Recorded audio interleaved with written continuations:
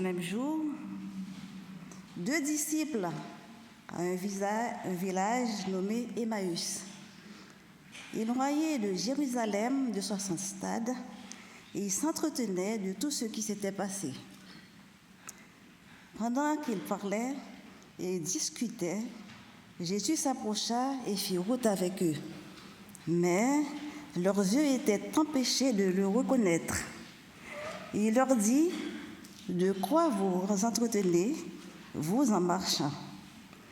Et ils s'arrêtèrent, l'air attristés, et il répondit, « Qui séjourna à Jérusalem ne sache pas ce qui est arrivé ces jours-ci?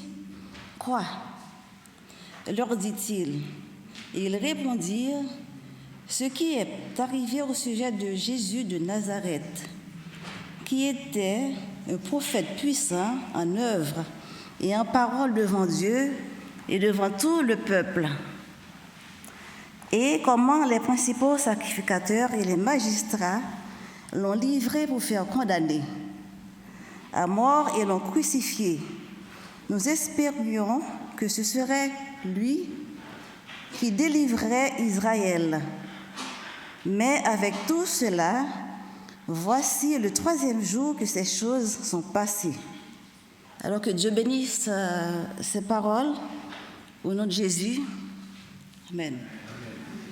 Il y a quelques semaines, c'était à peu près il y a 2-3 semaines, j'ai décidé, comme je le fais assez régulièrement, de prendre un temps de retraite. Peut-être que ça vous est déjà arrivé, en tout cas, je vous souhaite de vivre cette expérience-là. Et en partant en retraite, je me suis dit, mais Seigneur, qu'est-ce que tu peux encore m'apprendre de toi ? Alors vous allez me dire, mais c'est vachement prétentieux quand même comme phrase, hein ? Est-ce que ça vous est jamais arrivé de vous poser la question ou de vous faire cette remarque personnelle que dans le fond, de la parole de Dieu, vous en connaissez la plus grande partie ? Que vous savez que depuis l'enfance, on vous a raconté les histoires, que finalement, les versets bibliques principaux, les thématiques principales de la Bible, vous les connaissez, que finalement, dans toute cette parole de Dieu, vous avez compris l'essentiel du message, et que vous êtes arrivé à un stade de votre vie, puisque voilà, vous avez une longue expérience après vos nombreuses années dans l'Église, dans l'étude de la parole, vous vous dites, « Seigneur, est-ce que tu as encore quelque chose à m'apprendre ?» C'est prétentieux ? Certainement. Orgueilleux ? À n'en pas douter. Et pourtant, cette question, elle peut nous habiter toutes et tous à un moment donné. L'autosuffisance, de penser que je n'ai plus, c'est pas que j'ai rien à apprendre, mais l'essentiel, je le sais. Le message, je le connais. Je sais d'où je viens, je sais ce que je vis et je sais où je vais. Et que dans le fond, dans ma lecture quotidienne de la parole, bon, il y a des choses que je comprends et des choses que je ne comprends pas, c'est pas grave. Mais j'ai une question. Au-delà de cette question, parce qu'évidemment, cette question va nous habiter ce matin. Est-ce que le Seigneur peut encore nous apprendre quelque chose ? Alors quand on est jeune, oui, certainement, voilà. Mais pour nous, les adultes, les grands, hein, ceux qui ont étudié de nombreuses années, qu'est-ce qui s'est passé dans le désert au chapitre 16 de l'Exode ? Vous connaissez le passage de la manne. Vous avez déjà réfléchi à cette manne ? Cette manne, elle tombait du ciel. Bon, magnifique. Et on la recevait à quel moment ? Pour la journée. Vous êtes d'accord ? Est-ce que cette manne était valable pour le lendemain ? Non. Sauf le vendredi, puisqu'il y avait une double portion. Donc la manne que je recevais le lundi, le mardi, le mercredi, le jeudi, et même le dimanche, elle était pour le jour même. Est-ce qu'il serait venu à l'idée de quelqu'un de garder cette manne pour le lendemain ? Oui. Et qu'est-ce qui est arrivé avec cette manne pour le lendemain? Elle pourrissait. Alors vous allez me dire, mais quel est le lien avec ce que tu nous as raconté avant? Je vous invite à prendre cette parole de la manne comme l'expérience de la relation avec Dieu, dans la parole avec Dieu. De considérer que la manne d'aujourd'hui n'est ni la manne d'hier, ni la manne de demain. Que ce que je vais recevoir aujourd'hui n'est valable que pour aujourd'hui et me permet de tenir jusqu'à demain. Mais demain, il y a une nouvelle manne qui va arriver. Et c'est lorsque nous pensons que la manne que nous avons reçue hier, avant-hier, puis il y a bien des années, quand j'ai fait mes études bibliques, quand je me suis préparé au baptême, quand j'ai vécu le baptême, que cette manne-là, elle était acquise et que dans le fond, elle allait me permettre de vivre jusqu'à la fin de ma vie et jusqu'au retour de Jésus. Eh bien, ce que le Seigneur, l'Éternel, nous apprend, c'est qu'encore une fois, cette manne, elle ne dure pas. Cette manne, elle a besoin d'être renouvelée à chaque instant. Chaque jour, j'ai besoin de considérer que ce que le Seigneur va me donner n'était pas valable hier et ne sera pas valable demain. Et que ce que je vais recevoir doit m'apprendre à peut-être être attentif à ce que la manne d'aujourd'hui va me donner. Les disciples sur le chemin d'Emmaüs, eh bien, ils avaient certainement considéré que la manne qu'ils avaient reçue, eh bien, était la bonne et puis qu'elle était valable. Qu'ils ils avaient compris quelque chose et que ce qu'ils avaient compris, eh bien, c'était juste, logique et que la manne qu'ils avaient reçue, eh bien, était valable et qu'elle le serait. Sauf que voilà, eh bien, Jésus va leur démontrer exactement le contraire. Et j'aimerais vous inviter ce matin à prendre vos Bibles, vos tablettes, vos smartphones, ce que vous voulez. Vous savez que moi j'aime bien fonctionner comme ça parce que en regardant le texte, et on se faisait la réflexion ce matin pendant l'école du sabbat, que prendre le texte biblique a un avantage, c'est que quand je prends le texte biblique, je le vois. Alors vous allez me dire, sur un téléphone, je peux le voir aussi, mais je vais vous inviter à le regarder dans une perspective peut-être un petit peu différente. Alors vous allez me dire, oui, mais nous, le chemin d'Emmaüs, les disciples, on connaît déjà. On a déjà entendu 20 fois, 30 fois, 40 fois cette histoire. Mais qu'est-ce que le Seigneur peut encore nous apprendre sur cette histoire? Alors, je vais peut-être certainement rien vous apprendre. Ou peut-être que ce que j'ai aussi découvert, bien que je l'ai lu beaucoup de fois, eh bien ce texte m'a encore surpris, parce que l'Esprit de Dieu avait encore quelque chose à me dire. Moi qui pensais que peut-être, par prétention, le pasteur, est-ce qu'il peut encore apprendre quelque chose? Eh bien oui, les amis, peut-être plus que n'importe qui encore. Voilà que nous sommes sur le chemin d'Emmaüs. Alors, ce chemin d'Emmaüs, et je vous invite à considérer le texte du verset 13 au verset 35. Alors, si vous avez la parole de Dieu, vous verrez que c'est en papier, vous avez le texte devant vous. Pour ceux qui l'ont en format téléphone, je vais vous inviter à naviguer un tout petit peu entre le début et la fin de ce texte. Mais on va y aller un peu étape par étape. Voici ce même jour, donc on nous parle donc du jour de la résurrection. Nous sommes dans le temps de la résurrection, les amis. Pâques que nous avons fêté n'est pas si vieux que ça. Donc nous pouvons être ces disciples sur le chemin d'Emmaüs. 2 disciples allaient à un village nommé Emmaüs, éloigné de Jérusalem de 60 stades. Premier détail intéressant. Et là, pour ceux qui me connaissent aussi, et je pense que ce n'est pas la première fois que je le dis, et je ne cesserai de le répéter, lorsque l'auteur d'un évangile nous donne des informations, c'est jamais pour de la garniture. Lorsqu'il donne une information, l'auteur veut nous montrer quelque chose, il veut nous dire quelque chose. Les mots qui sont utilisés, les intonations, en tout cas on ne les a pas dans le texte original, mais en tout cas dans la manière avec laquelle l'histoire est écrite, le déroulé, nous apprend quelque chose. 2 disciples. Alors nous savons qui était l'un des 2, c'était Cléopas. Et l'autre, c'était qui? Vous ne savez pas? Moi non plus. Alors certains ont dit, mais c'est peut-être Luc lui-même qui aurait peut-être suivi de loin. Oh non, c'est pas possible. Ou alors ça aurait été un autre des disciples. Non, parce que ces disciples-là ne font pas partie forcément des 12, parce que Cléopas, à ma connaissance, ne faisait pas partie des 12. Alors, le texte nous laisse entendre qu'il y avait 2 personnes. Est-ce que ce sont 2 hommes ? Ah, rien ne nous dit dans le texte qu'il s'agit de 2 hommes. Il peut s'agir de Cléopas et d'une femme. Alors je vous laisse déjà imaginer que ce ne sont pas 2 hommes qui marchent, mais ce sont un homme et une femme. Ça va déjà nous apporter un éclairage peut-être un peu différent.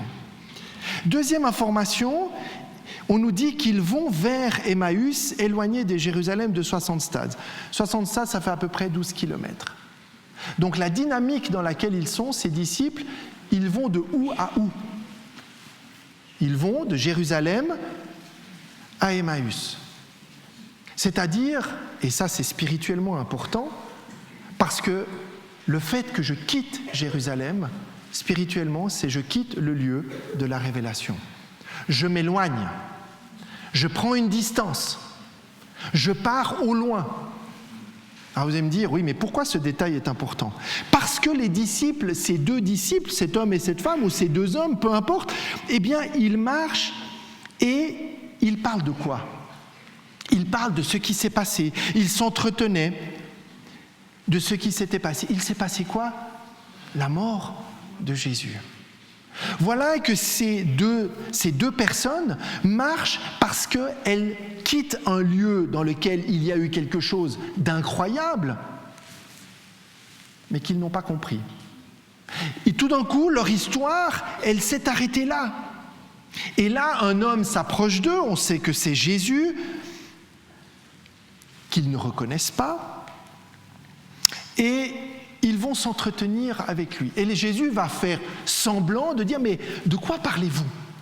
Ou de qui parlez-vous ? Mais voyons Jésus.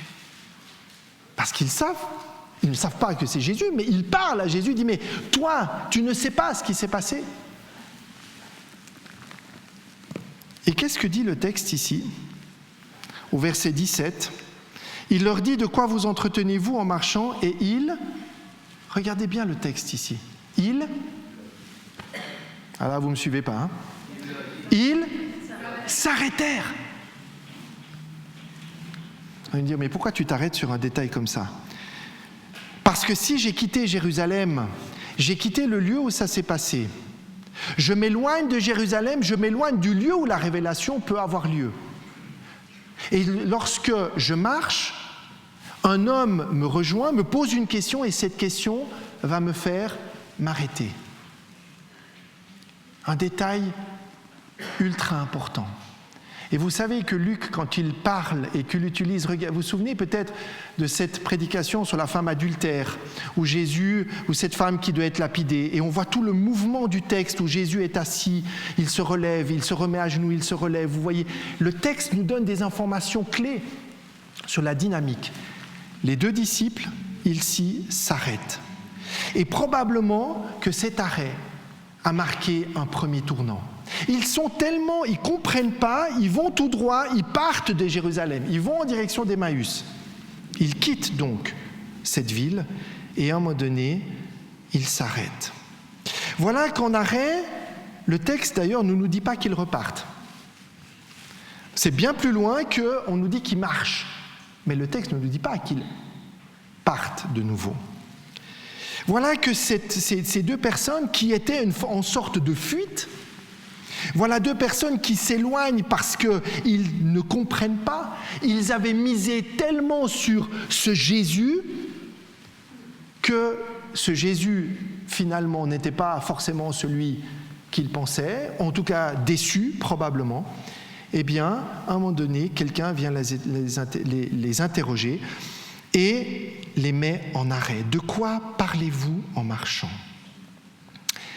Et le texte ici va interpeller Jésus en disant « Mais tu ne sais pas de quoi on parle, de ce qui s'est passé ?» Et Jésus leur répond « Eh bien, il va leur parler de lui. » Mais, et c'est le texte que nous avons lu ensemble, qu'est-ce qu'ils disent ? Ce qui est arrivé au sujet de Jésus de Nazareth, qui était un prophète puissant en œuvre et en parole devant Dieu et devant tout le peuple, et comment les principaux sacrificateurs et nos magistrats l'ont livré pour le faire condamner à mort et l'ont crucifié. Ça, c'est l'histoire qu'on connaît. Mais le verset 21 montre quelque chose d'essentiel. Nous espérions que ce serait lui qui délivrerait Israël.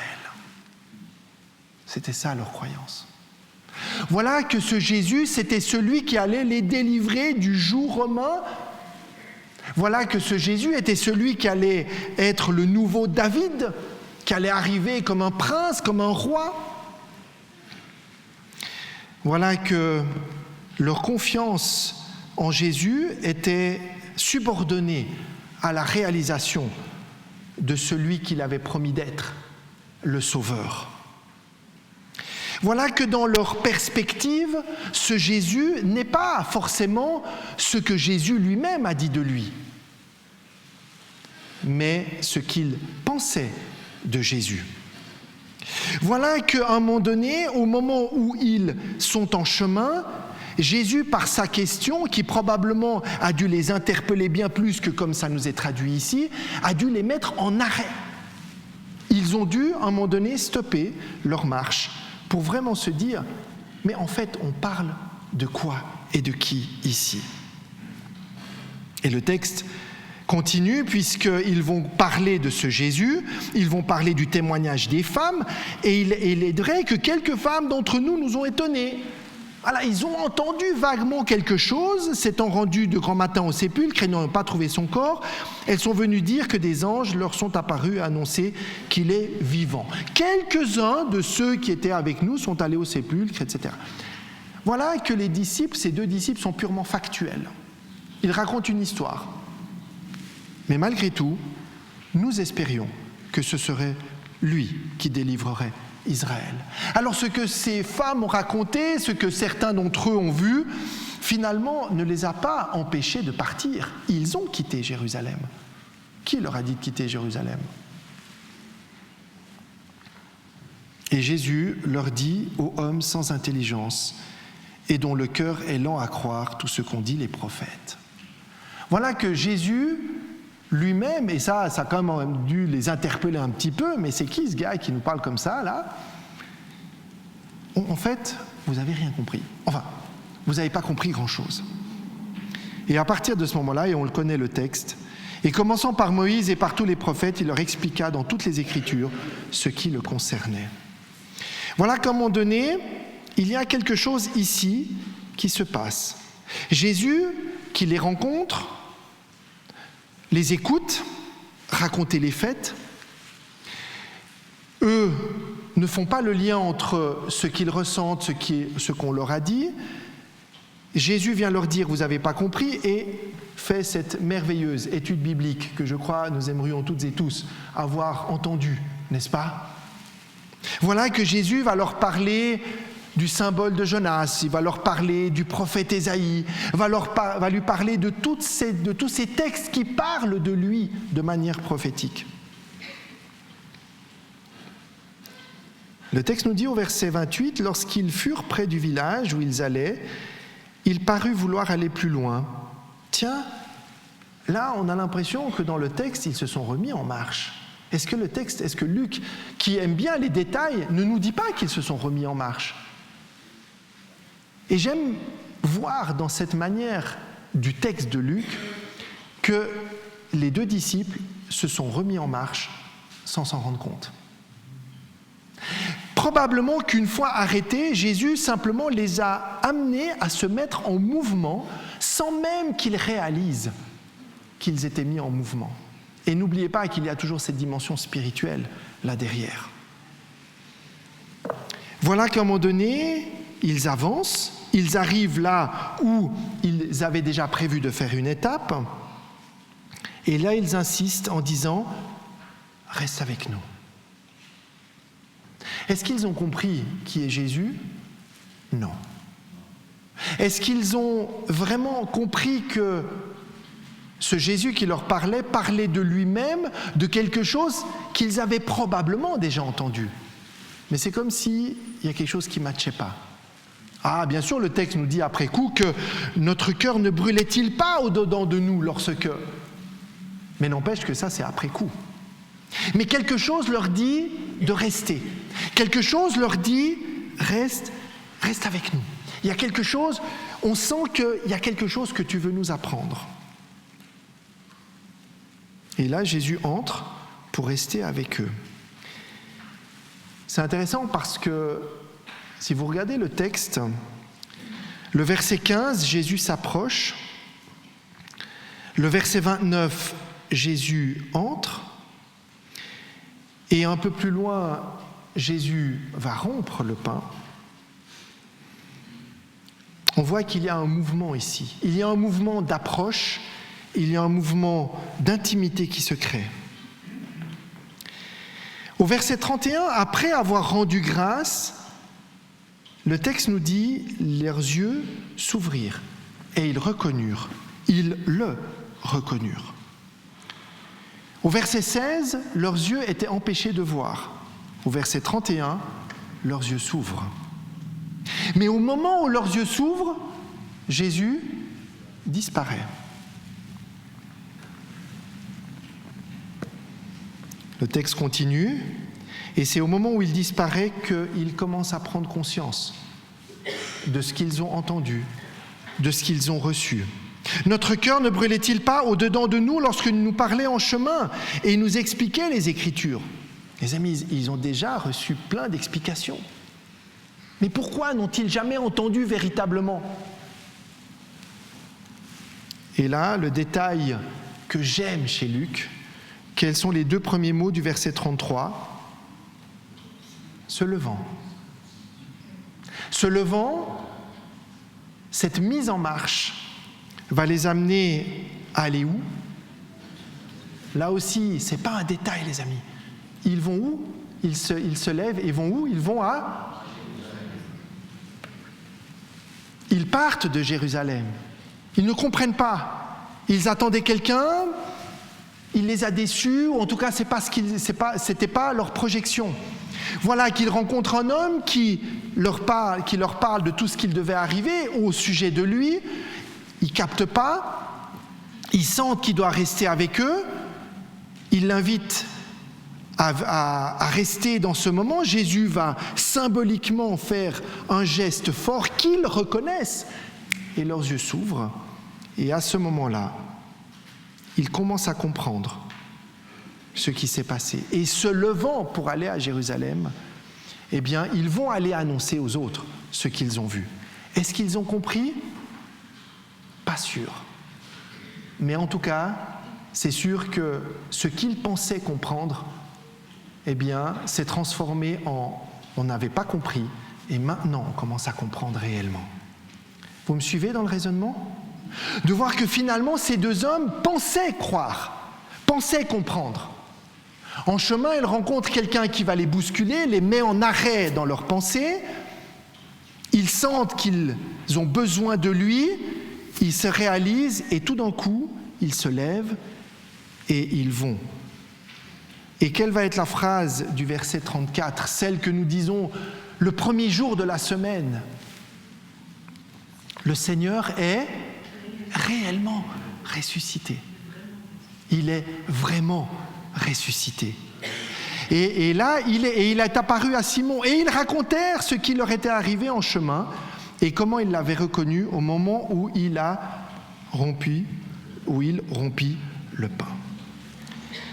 Mes amis, pourquoi j'insiste tellement sur cette histoire ? Parce que Luc, encore une fois, qui est le seul à raconter cette histoire, comme d'ailleurs l'histoire de la femme adultère, a quelque chose à nous dire. Cette histoire, il ne l'a pas vécue personnellement, mais on le lui a racontée. Parce que Luc, qui est sensible aux détails, et il nous livre des détails d'une richesse extraordinaire, nous montre qu'entre le début du passage et la fin du passage, il y a un mouvement inverse qui se met en place. Je quitte Jérusalem, moi qui pensais qui croyais que, mais je l'ai rencontré, ce Jésus, et tout d'un coup, au moment où je le rencontre, il me fait faire demi-tour et retour à Jérusalem. Retour au lieu même spirituel, profond et essentiel de la rencontre. Et se lever va marquer un élément essentiel, parce qu'il y a un deuxième mot que Luc va nous dire ici, c'est le mot « retourner ». Alors vous allez me dire, oui, mais ça c'est un détail du texte. Non, mes amis. C'est quoi un retournement ? Comment on appelle ça, nous les chrétiens, comment on appelle ça un retournement ? On appelle ça une conversion. Ou, en d'autres termes, une repentance. Le fait de se retourner, le fait de penser que j'allais dans la bonne direction, non, je suis dans la mauvaise direction, mais je ne sais pas que je suis dans la mauvaise direction. Et que quelqu'un a besoin, et ça c'est Jésus qui me dit, ce que tu as compris n'était pas juste. Je t'invite à comprendre autrement et à faire un demi-tour sur toi-même pour aller là où tu dois véritablement aller. Voilà que ces deux disciples étaient remplis de la manne d'hier. Ils avaient cru comprendre, puisqu'ils voyaient dans ce Jésus celui qui allait les délivrer d'Israël. Alors vous allez me dire, oui, mais même les disciples, on le voit d'ailleurs au début du livre des Actes, ils racontent la même chose. Mais quand viendras-tu ? C'est toujours rien compris, les amis. Luc est en train de préparer le livre des Actes ici. C'est peut-être dans ce chapitre 24 que Luc est en train de mettre toute la théologie, c'est-à-dire tout l'essentiel même du passage. C'est que nous pensons comprendre qui est Jésus. Nous pensons croire que nous cheminons avec lui parce que nous pensons que c'est ça qui nous amène. Et Jésus nous invite à reconsidérer les choses. Le texte nous montre ici de manière assez brutale à quel point les deux disciples étaient aveugles. Alors c'est pas moi qui utilise le terme puisque les yeux étaient empêchés de voir. Et au moment où Jésus disparaît, leurs yeux s'ouvrent. Au moment, c'est-à-dire simultanément au moment où ils voient le pain qui est rompu, qu'est-ce que fait Jésus ? Il disparaît et leurs yeux s'ouvrent quasiment instantanément. Leur compréhension, leur intelligence, leur capacité de comprendre vient de s'éveiller. Ils étaient aveugles. Mais aveugles de quoi ? Comment peut-on être aveugle à ce point pour ne pas voir Jésus ? Combien de temps ils ont marché avec lui ? Des jours, des semaines, des mois, peut-être même des années. Et ils n'ont pas reconnu Jésus.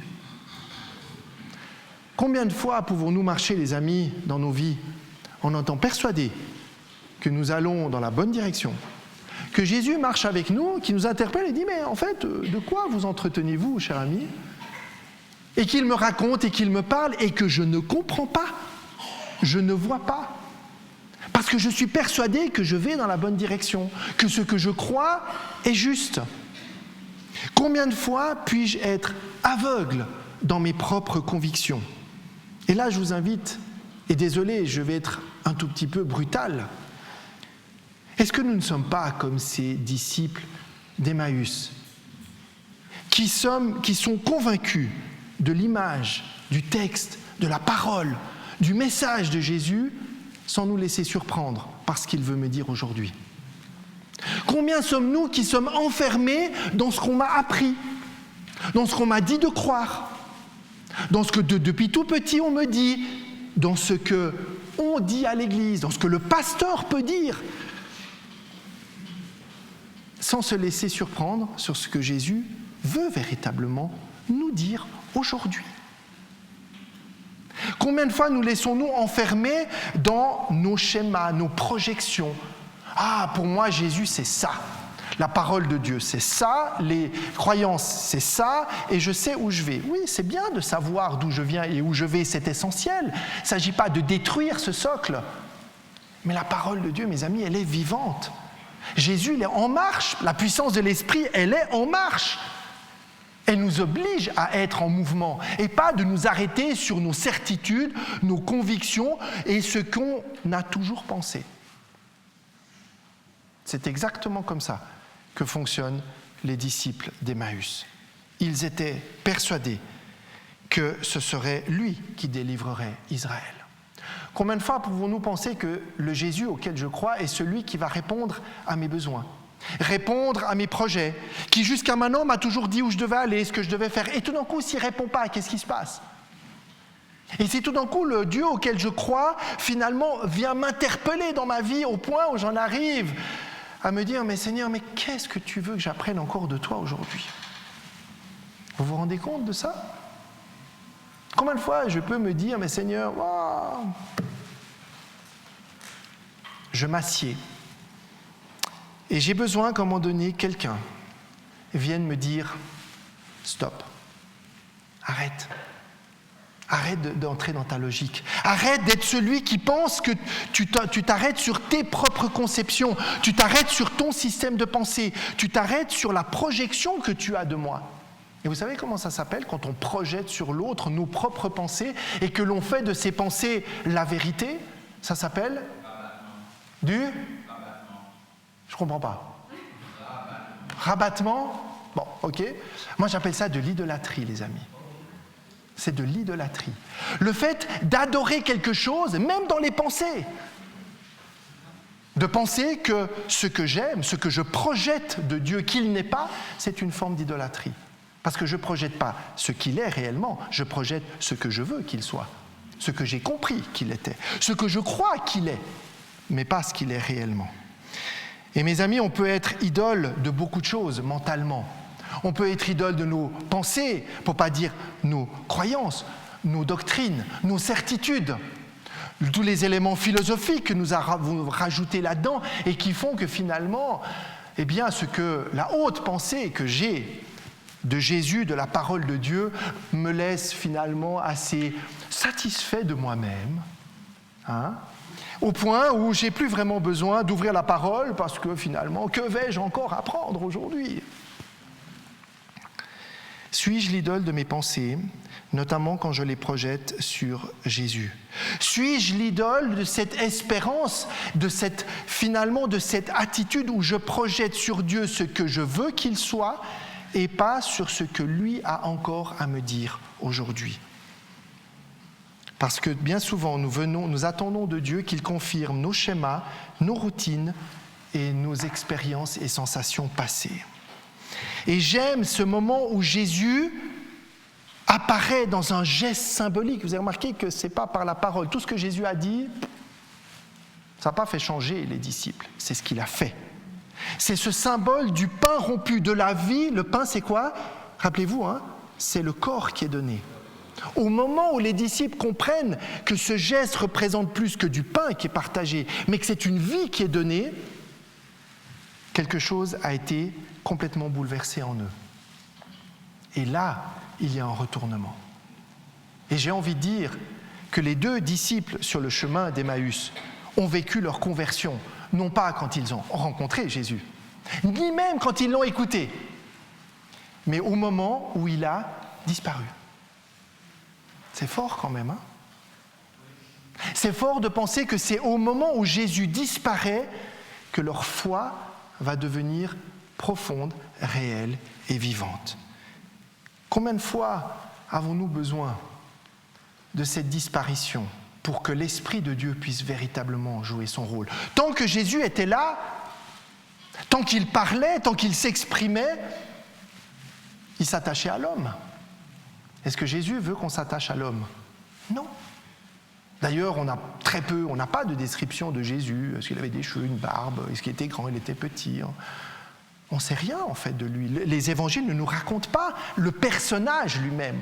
On voit son caractère, on voit sa dimension divine, mais l'homme lui-même, on ne doit pas s'y attacher. Parce que ce à quoi je dois m'attacher, c'est bien plus la puissance de l'esprit qui est derrière. Et ce qui est intéressant, si vous tournez votre page, en tout cas chez moi, à partir de quel moment ont-ils véritablement compris ? Regardez à partir du verset 44. Jésus va finalement venir au milieu des siens. Il va leur montrer, après s'être révélé aux 2 disciples d'Emmaüs, et il va redire au verset 44. « C'est là ce que je vous disais, lorsque j'étais encore avec vous, qu'il fallait que s'accomplisse tout ce qui est écrit de moi dans la loi de Moïse, dans les prophètes et dans les psaumes. » Jésus se répète un petit peu, mais cette fois devant tous les siens.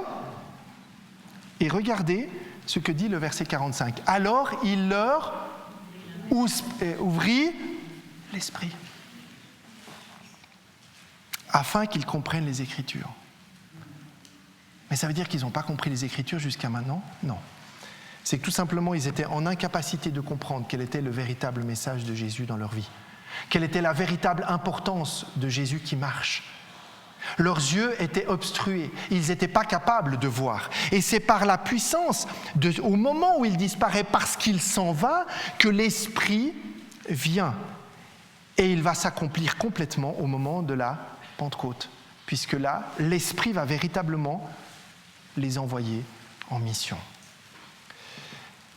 Mes amis, dans notre fonctionnement spirituel, dans notre dynamique, eh bien, combien de fois n'avons-nous pas besoin d'être arrêtés dans notre compréhension? Et bien souvent d'être bousculés dans nos certitudes. Combien de fois croyons-nous connaître la parole de Dieu? On s'arrêtait ce matin dans l'école du sabbat sur ce texte de 2 Timothée, où il est dit que tu connais depuis ton enfance. Mais je connais quoi? Je connais la loi, je connais l'Écriture, ou est-ce que je connais celui qui en est l'auteur? Est-ce que véritablement je me laisse interpeller par le Dieu vivant qui me parle encore aujourd'hui à travers sa parole? Non pas dans une lettre morte et figée dont je pense avoir à peu près tout compris, ou d'où j'ai tiré les enseignements essentiels de ma vie. Mes amis, je nous invite à relire cette parole, mais à la relire pas à la manière, je dirais, scientifique, mais en me laissant inspirer par cette puissance de l'Esprit, pour qu'il m'ouvre les yeux, pour que je ne projette pas les idoles de mes pensées, de mes conceptions, de mes croyances, mais que Jésus soit capable, parce que c'est ce qu'il veut, de me dire, pour toi aujourd'hui, j'ai une manne spéciale, qui n'est pas celle d'hier. Celle d'hier était très bien. Celle de demain, on verra. Pardon. Mais celle d'aujourd'hui. Celle que je vais te donner aujourd'hui pour que tu puisses sortir, te laisser surprendre, te laisser émerveiller par cette parole. La force avec laquelle les disciples avançaient, c'était la leur. Le Jésus auquel ils pensaient, c'était une projection de leur désir, probablement de l'éducation qu'ils avaient reçue, de l'histoire du peuple d'Israël qui attendait. Mais ce n'était pas ce que Jésus était réellement. Ils ont été avec leur force mentale, ils ont été avec leur force intellectuelle, mais ils n'ont pas été touchés par le cœur. D'ailleurs, il le dit, leur cœur était endurci. Nous pouvons être des très bons chrétiens à lire notre parole, à nous laisser guider par ce que nous pensons être le Seigneur et être complètement aveugles. Je pense qu'il est essentiel, non pas de tout remettre en question, mes amis, et ce n'est pas ça que je vous dis ce matin. C'est que si nous pouvons être traversés, comme je l'ai été, avec grande prétention, et je le dis très humblement, de me dire, mais Seigneur, qu'est-ce que tu as encore à m'apprendre de toi? Et là, le Seigneur me dit, je vais t'en mettre une petite claque derrière les oreilles, mon ami, même une grande. Parce que toi, tu crois savoir, mais en fait, tu ne sais rien. Parce que tu es comme ces disciples d'Emmaüs, toi, tu projettes sur ce que tu sais, ce que tu crois. Mais est-ce que nous sommes capables de vivre cette expérience personnelle qui se laisse renouveler? D'entrer dans cette marche spirituelle aujourd'hui avec Jésus? De laisser et d'accepter peut-être que ce que j'ai construit, ces fameuses idoles, que j'aime plus que Dieu lui-même, les versets que j'ai compris comme ça, ou bien les compréhensions que j'ai de Dieu pour que Dieu sache me surprendre aujourd'hui, demain et tous les jours qui suivent. Après ça, mes amis, oserons-nous encore demander à Jésus, montre-moi ce que je n'ai pas encore vu, ce que je n'ai pas encore compris, et mets-moi, s'il te plaît, en marche. Mets-moi en marche pour que, au moment où tu vas disparaître de ma vie, ton esprit sera pleinement présent en moi. Pour que la puissance de l'esprit puisse être tous les jours avec moi, jusqu'à ce que tu reviennes, et que chaque jour, soit une nouvelle page que j'écris avec toi, guidé par toi, pour mieux te comprendre, pour mieux cheminer avec toi. Oserons-nous encore accepter que Jésus remette en question nos pensées, nos doutes? Oserons-nous encore être dans cette incertitude pour nous laisser bousculer? Oserons-nous encore, mes amis, dans notre cheminement quotidien, nous arrêter, nous laisser interpeller et nous lever pour retourner à Jérusalem? Je vous laisse avec cette question pour que le Seigneur continue à cheminer en vous dans cette réflexion. Amen.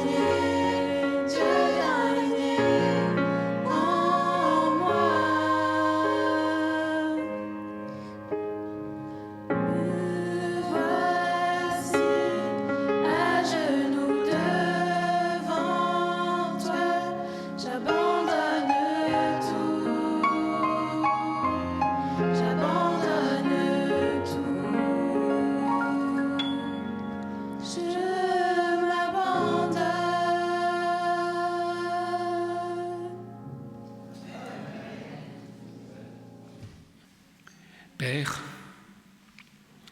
par le chant que nous venons d'entendre, tu nous invites à abandonner tout. Et ce n'est pas facile. Il y a des choses que nous abandonnons très volontiers et facilement.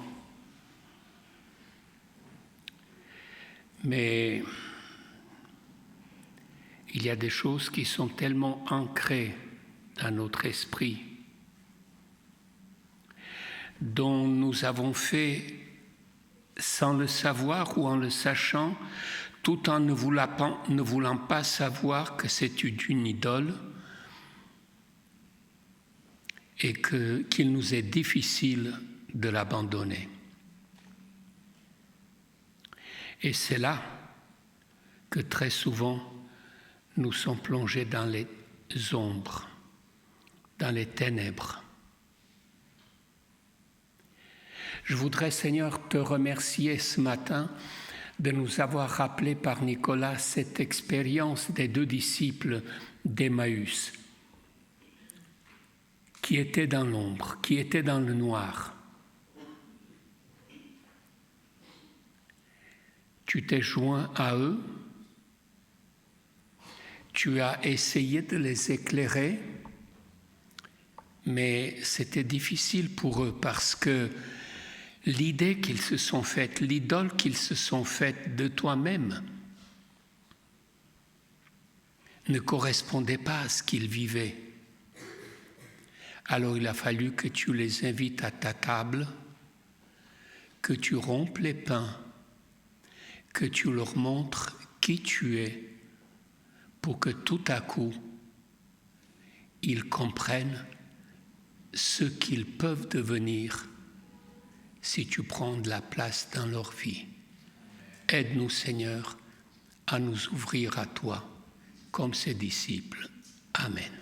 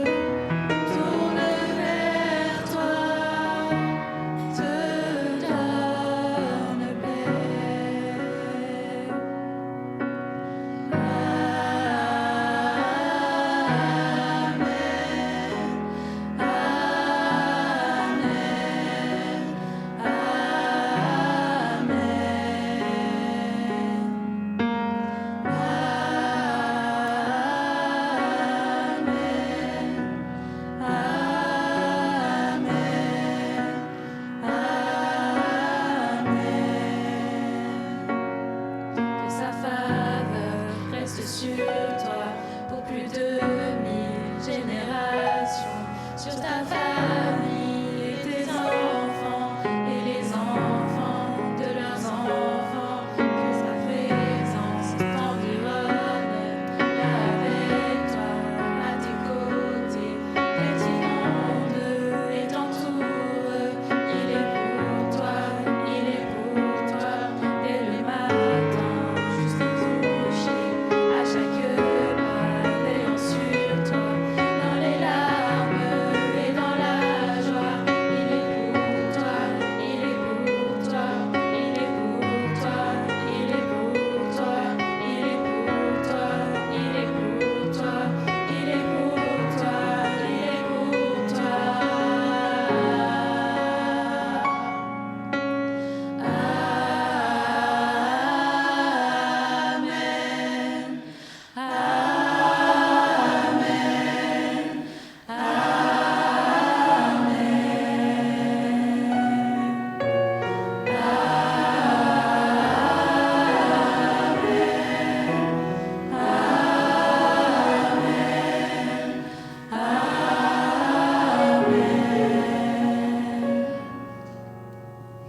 Je te bénis et te garde, il rayonne sur toi et t'accorde sa grâce. Ton Dieu se tourne vers toi, te donne paix.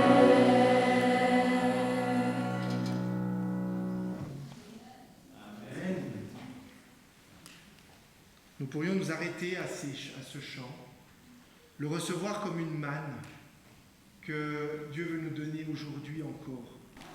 Et j'aimerais ajouter à ce chant, à ces paroles, et merci à vous de l'avoir chanté, ces mots de Paul qu'il adresse aux Thessaloniciens. Priez sans cesse, rendez grâce en toutes choses, car c'est à votre égard la volonté de Dieu en Jésus-Christ. N'éteignez pas l'esprit, ne méprisez pas les prophéties, mais examinez toutes choses. Retenez ce qui est bon, abstenez-vous de toute espèce de mal. Que le Dieu de paix vous sanctifie lui-même tout entier, et que tout votre être, l'esprit, l'âme et le corps soient conservés irréprochables lors de l'avènement de notre Seigneur Jésus-Christ. Celui qui vous a appelé est fidèle, et c'est lui qui le fera. Saluez tous les frères et les sœurs par un saint baiser. Je vous en conjure, je vous en supplie par le Seigneur, que la grâce de notre Seigneur Jésus-Christ soit avec vous et avec chacun d'entre nous. Amen.